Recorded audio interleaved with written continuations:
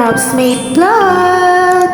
So, for today's video, tutorial naman tayo mga kalikha kung paano gumawa ng graduation garland. Ito ay basic version lang at isa lang sa mga alam ko. Ganito siya oh. Yan.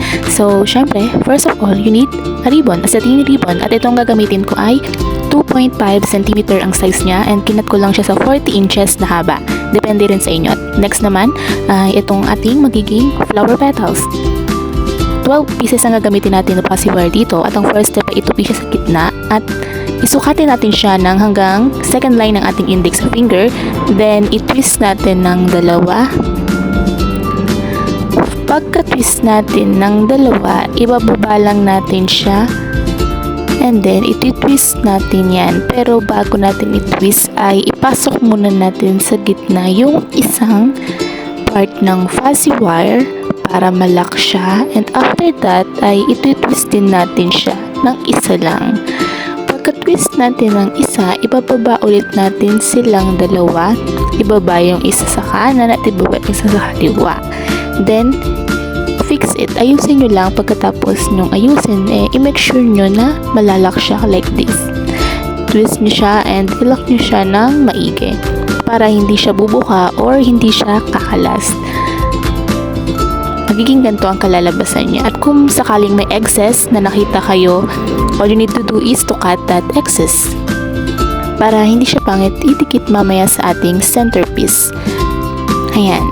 And after that, nakagawa ka na ng isa. Then, ulitin mo lang yung process sa iba pang fuzzy wire. Pwede mo ring bagalan yung playback speed nitong video para hindi ka masyadong mahirapan makasunod.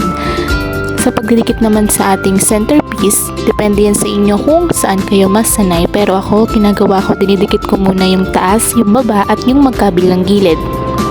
Dahil mas dun ko na gagawang pantayin yung bawat petals.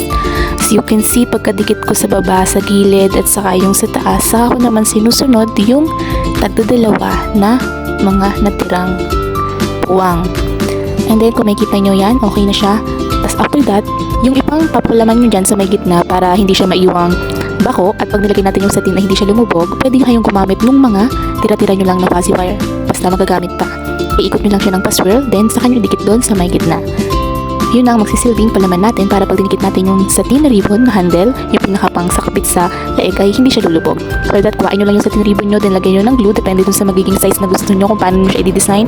Ako pinagpatong ko lang, sinukat ko lang, then saka ko dinikit yung mismong ginawa ko ng petals with centerpiece. After that, yung ilalagay naman natin sa pinakagitna niya para matakpan yung mga chismis ay katulad lang ng ginawa natin kanina. But this time, 2 fuzzy wire naman ang gagamitin natin. Ipapabilog nyo lang yan katulad ng ginagawa natin kapag naggagawa tayo ng pinakagitna ng sunflowers natin. 2 pieces na ganun, pagsasamahin nyo lang. Then, saka nyo lang din siya ididikit dun sa mismong pinaka-chismis nung ating garland petals. Yung iba, talagang centerpiece din ang nilalagay dyan. Magkabilaan yung ginagawa nila. But since I want to make it unique at saka affordable price lang din kasi na nakuha sa atin itong orders natin, ginawa na lang din natin ng paraan para maging affordable siya pero hindi naman tayo malulugi at hindi rin naman lugi yung nakabili sa atin. After that, kupitin nyo lang yung pinakadulo ng satin ribbon natin at lagyan nyo lang ng shape na katulad niyan. Tapos, sunugin nyo lang gamit ng lighter. Pero ingat lang kasi mabilis siyang masunog para lang hindi siya maghimolmol. And after that, ang gagawin nyo na lang is lagyan nyo lang design yung mga petals. Kung gusto nyo na medyo umbok siya na parang pang flowers talaga, pisa-pisain nyo lang yung gilid katulad kapag hinihilot at pinipisan natin yung mga petals ng sunflowers natin. And after that, okay na. Tapos na. Meron na tayong madali at maganda na graduation garland na pwede nyong ibenta sa murang halaga at abot kayang presyo. Sana nag-enjoy kayo. Thank you for watching. Please don't forget to like, follow, and share kung naging helpful sa'yo ang video na to. Bye!